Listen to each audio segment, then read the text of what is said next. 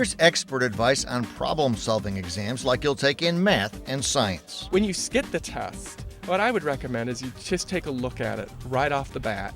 And then at the top of the test, if there are facts that are needed to know, formulas that you have to remember, put them down, right? Just dump that memory right on the page. Next, look at the types of problems. Make sure that you have all the pages, and then dump your memory again. Do the easiest questions first. That way you get off to a positive start. If you see something that you don't know how to do, don't hang on to it. If a problem stumps you, move on to one that doesn't. And if you figure out, hey, I know how to do that problem that I had left right in the middle of another problem, what you ought to do is drop what you're doing and get back to that problem so before you forget it again. Read the questions carefully. Wording is extremely important. It's very important to read the problems correctly. They have a tendency to read very quickly through the problem and do what they did on their last homework assignment. Okay, so Hess's law is one of the ways that we have to calculate and calculate. Think before you calculate, says Clemson University chemistry prof Melanie Cooper. Very bad course of action is just to see a problem and start calculating things, which is what a lot of students do. And so, if you're going to solve a problem, you need to have a path. You need to know why you're doing it and where you're going before you start.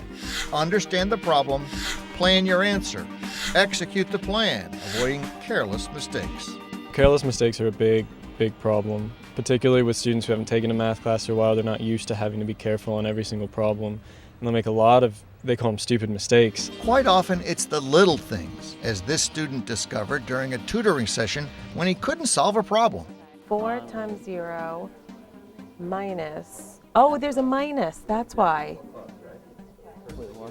You see, it's minus. Okay, it's g of x times f prime of x minus. So it's negative 6. So it's negative 6, yes.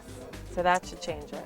The student recalculates using the negative number and voila, solves the problem. Yep. So, number 1, don't get careless. Number 2, don't get lazy.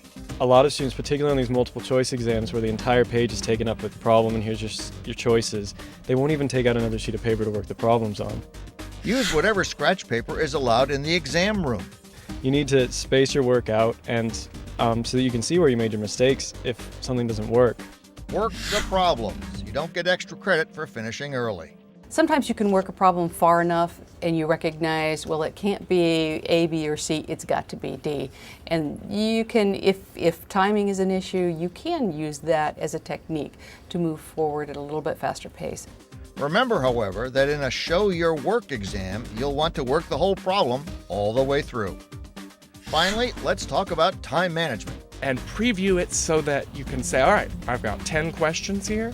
I've got 50 minutes. Some people mistakenly just say, I'll have 5 minutes for every question. That's a mistake, he says, because you need time to review. If you do each question in an average of 4 minutes, that leaves 10 minutes for review. You want time to check your work. Here are key points to remember about problem-solving exams. Do a brain dump of facts and equations when you get the exam. Do the easiest questions first. Think before you calculate. Work the problems. Don't just guess at the answer on multiple choice tests. And allow time to check your work.